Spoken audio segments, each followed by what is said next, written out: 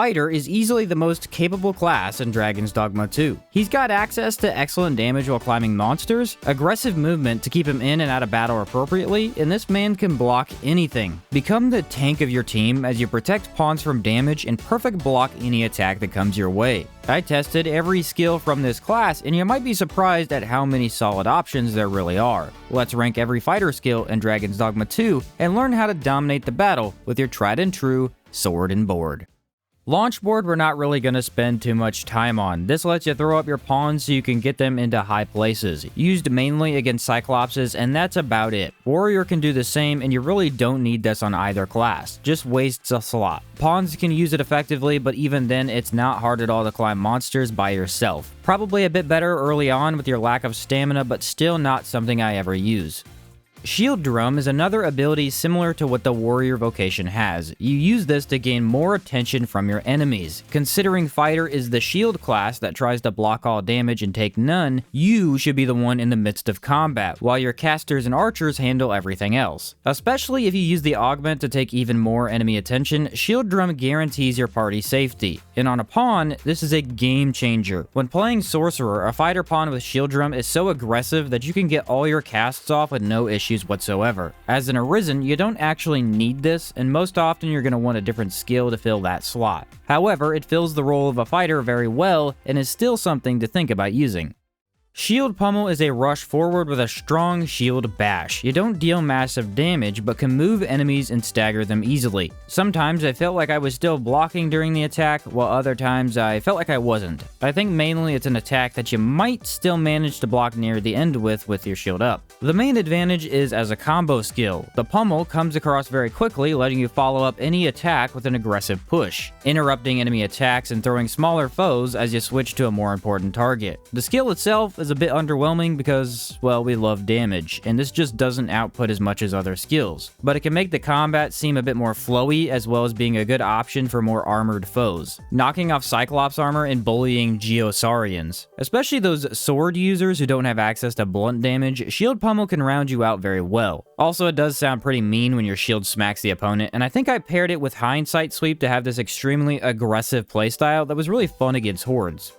Full Moon Slash has your character twirl a sword around you twice, hitting in a wide area and affecting groups with little effort. This can always deal solid damage and even hitting enemy weak spots nicely if they happen to be knocked down. Only problem is for those who used this in the first game, Full Moon Slash has been quite a bit weakened. And not even intentionally. See, this was the best skill for any sword user in the first game. But with the sequel, we have so many added skills that outperform its damage and utility. No vertical movement means it only affects enemies in a group. You can activate the ability almost instantly, which can prevent attacks from hitting and reel back all those foes you just pulled in with Shield Drum. Most of the time though, you're going to choose a skill that performs exceptionally in every situation, and Full Moon Slash is far from your best option on monsters, not even being worth using until they're knocked down and not seeming to do a ton of stagger as well. Still a good skill that can be great for its purpose, but you never really need it unless you are fully surrounded.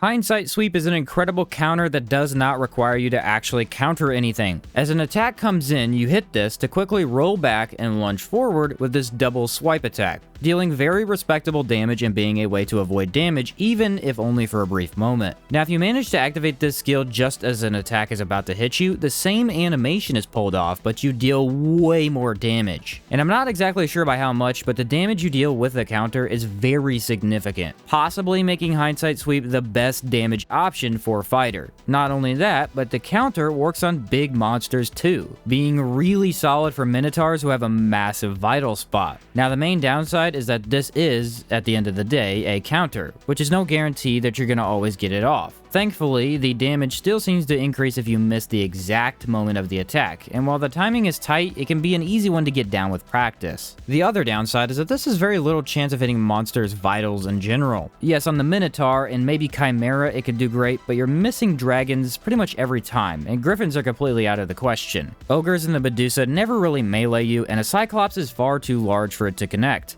Easily one of your most powerful skills for damage, but a lot less versatile past lesser targets. Riotous Fury is the master skill for the fighter vocation. It is a brutal combo of attacks that obliterates with high damage and absurd knockdown. In order to activate the attack, you must connect your first hit with the enemy. Fail to do so, and it's going to waste a lot of your stamina, but not actually complete the sequence at all, which means you must be very close to your target, ensuring this does not happen. Once you do connect, you're just going to wail on them. Hit, smash, slash, slice, cut, jab, and smash again. It is brutal to see something get hit with this, as they can't do anything to stop the onslaught that's being brought down on top of their face. Almost every smaller and medium target will be dead in a single use, and even when not hitting vitals, this can deal noticeable damage to monsters. In fact, this is probably your best attack when monsters get brought down. Especially on dragons, you hit their heart over and over, crushing their resolve. It is easily the most fun screw you attack fighter has. Now, we already mentioned that Riotous Fury can be easy to miss, which isn't an issue often, but when it happens, you'll be kicking yourself. Then you've got the really large amount of stamina that is zapped from your character in an instant. Feels like half your bar, even though it really isn't that much. Probably about a third of your stamina from a single attack. The payoff can be worth it. As for chimeras, the flurry often staggers them with 1 or 2 uses, but the commitment is often a bit much at the same time. I love this skill personally because it's so much fun to use when playing fighter. Sadly, it isn't the perfect option and definitely not stamina efficient compared to other options. Also, locking you into this long sequence gives you no way to avoid something like a dragon landing on your head. But man, it looks so cool to use, I love it. Vengeful Slash is another counterattack for the fighter class, except this one takes 0 effort to pull off. Activate it and your character will begin to guard. Any attack that now impacts your shield is going to be countered with 1 high damage sword swing. It is incredibly reliable, always takes down enemy health with ease, and is fun to pull off. The only 2 things to watch for are stamina and your back. While in the stance, your stamina is going to slowly drain. Not a large issue as the drain is quite slow, but you don't want to just wait there all day. Be sure to deactivate the counter if you realize an enemy is not attacking quite yet. And then you also need to watch your back, as this does not counter from behind. It feels like it does, because even attacks from your side can be countered, but directly from your backside is unprotected. This is really only an issue when large groups show up, as the counter is activated so quickly you're gonna almost always get free damage. Vengeful Slash is a reliable parry. These are not easy to come by, and while the damage isn't as high as Hindsight Sweep, you will never miss and get hit by accident. You will likely love this skill, as I really enjoy avoiding damage and dealing damage with almost no risk. Amazing for the Delane or Headless Horse enemy, and not particularly amazing for large monsters, but still gives you a free block at least. Burst Strike is as simple as it is effective. This thrusts your sword forward after a long sprint. The movement offered by this skill is very hard to live without. In fact, most of the time I would say this is required to just play fighter. Recently, I moved into this class's more blocking-based skill, so I stopped using it as much, but without the ability to block any attack, Burst Strike is a must. The most common thing I used it for was when dragons fly up and then slam on the ground. This has so much distance that you can get out of that range and then zoom all the way towards the heart to start dealing damage again. And for some reason, the stagger you get is exceptional. I've actually staggered dragons out of the air in a single use of this skill on their tail. The utility this brings to the table is infinite, only managing to be weak when you're on cliffs where there's nowhere really to go. But from early on until the end of the game, Burst Strike is incredible, managing to be the best attack in the game for dogs, of which we all really hate. They run in to bite you and then sprint away. Burst Strike says, "Not today," and then catches up in a split second. Incredible offensive option that makes fighter very powerful on the ground. So Divine Defense is the biggest surprise of the day. You're going to use this to guard behind your shield, except you also have a much larger aura shielding you as well. This only works from the front as a shield should, but it blocks everything, and I mean everything. Remember how annoying it is to get hit by meteors, lightning strikes, grabs, and ground slams from dragons? This nullifies every single one of those attacks. It is really powerful against the strongest enemy in the game. You can sit there and eat like 3 or 4 meteors with no damage taken. Then turn around and eat a ground slam, staying close to your target for faster damage. As far as defense goes, this is the best thing in the game besides Formless Feint on the Thief class, and can in fact turn you into the literal shield hero for all my classy anime fans out there. There isn't much else to tell you except look at these clips, man. Block all attacks and stand defiant in the face of death itself. This does take stamina away from you with successful blocks, meaningless pretty much until the meteors start dropping, which consume all of your bar. I found that equipping the rings, which reduce stamina on successful blocks, helped quite a bit. And even not against dragons, this is nice since you can quickly press it and wait for whatever to pass over you. Fighter can already block most things with a shield. Add this in, and now fire itself is nothing. I was absolutely blown away by the power of Divine Defense, and it makes dragons one of the easiest enemies in the game for a true fighter.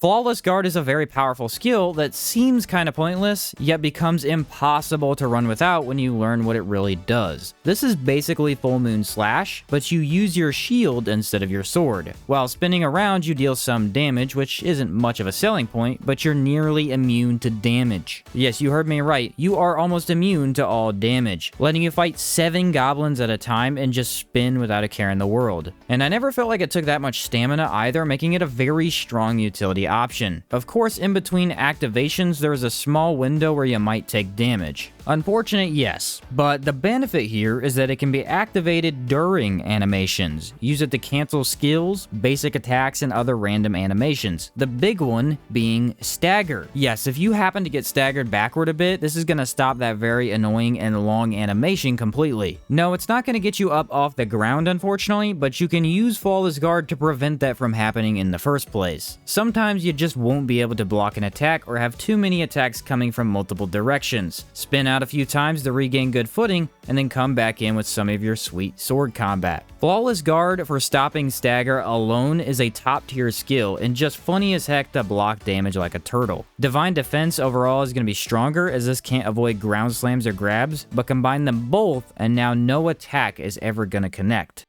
Cloudward Slash is one of the most effective tools for the fighter vocation. This has you jump up into the air and slash your sword upward, rolling back down into a neutral position afterwards. I really enjoy how this skill looks and feels to use from the first day I tried it until now. The movement is very clean and you gain some distance forward as if advancing. The benefit here is this is your only air attack, the one and only skill that can deal damage to targets up in the air, meaning it is your tried and true way of taking down harpies and succubi, which, let's be honest, they can be very troublesome. Not to mention, almost every large monster in the game has their weak spot being their head, and Cloudward Strike can hit the head of every single monster in the game. Yes, even the tall Cyclopses can be hit with this with the correct angles. Not to mention, it already deals good damage in general. Half the time I spam it on smaller foes to completely avoid attacks and get behind my targets. You can destroy dragon hearts while hitting both the head and heart at the same time, and it is very quick to pull off, letting you reliably use it when you need to.